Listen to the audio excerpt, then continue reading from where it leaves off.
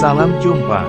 Mengapa di Indonesia atau Nusantara, Islam diterima, dan kini menjadi negara dengan jumlah penduduk muslim terbanyak di dunia? Faktor utamanya adalah cara dakwah dengan pendekatan damai, di mana bumi dipijak, langit dijunjung.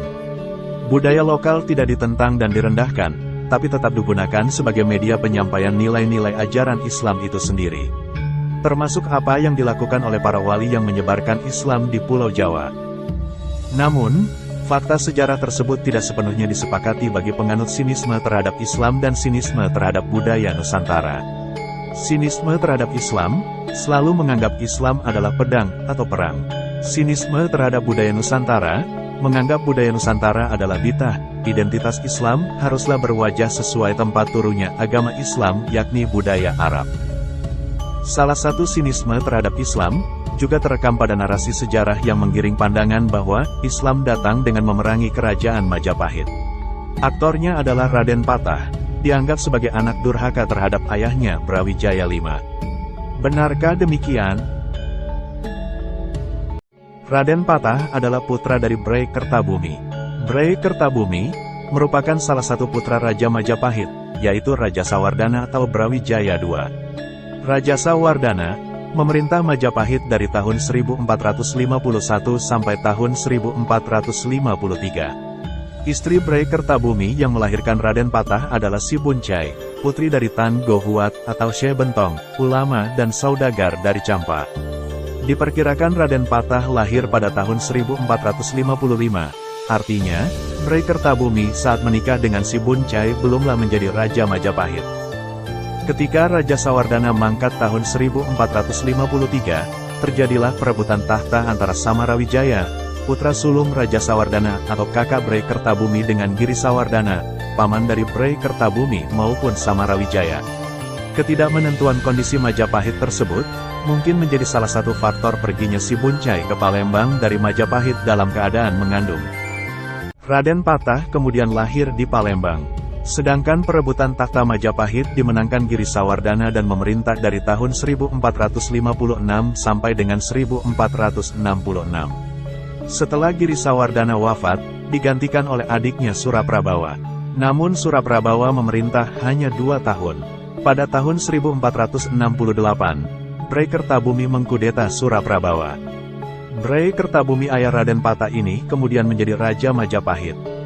Bray Kertabumi atau Prabu Brawijaya V memerintah kerajaan Majapahit pada periode tahun 1468 hingga tahun 1478. Raden Patah yang sudah beranjak dewasa, menolak menjadi Adipati Palembang untuk meneruskan ayah tirinya Suwan Liong.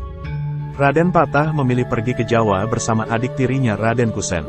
Setelah tiba di Tuban, lalu ke Ampel.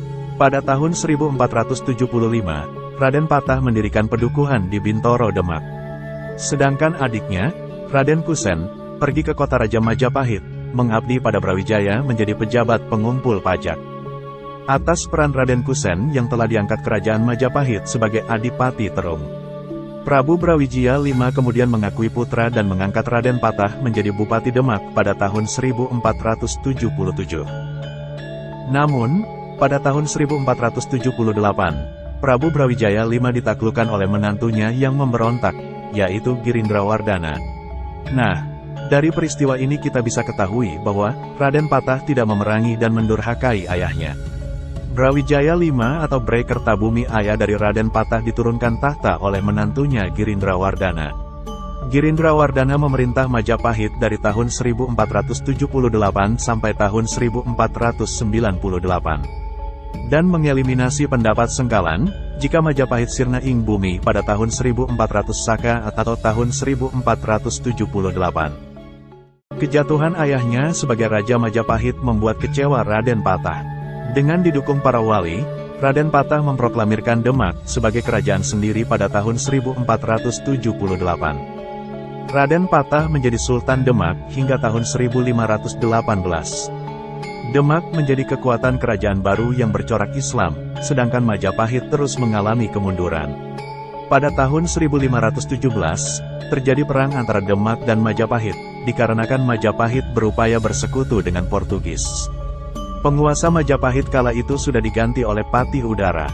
Saat Demak dipimpin Sultan Trenggono, Sisa-sisa Majapahit kemudian dapat diambil alih oleh Demak pada tahun 1527, kecuali wilayah Blambangan.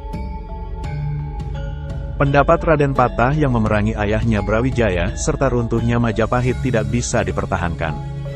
Dan pendapat tersebut sejak lama ditolak oleh sejarawan terkemuka, seperti Stutterheim, Krom, Vet, Sir, Roufaer, Yamin, Hasan Jafar. Adapun sumber primernya antara lain terdapat dalam Prasasti Waringin Pitu, kumpulan Prasasti Jiu, Prasasti Panolen. Sedangkan sejarawan yang mendukung kehancuran Majapahit oleh Raden Patah dicetuskan Slamet Mulyana. Dan sumber primernya tidak ada. Datanya hanya berdasar serat Kanda serta serat Dharma Gandul yang ditulis oleh Ki Kalamwadi pada tanggal 16 Desember tahun 1900. Demikianlah kisah tentang keruntuhan Majapahit. Semoga bermanfaat. Maaf jika ada keliru. Salam.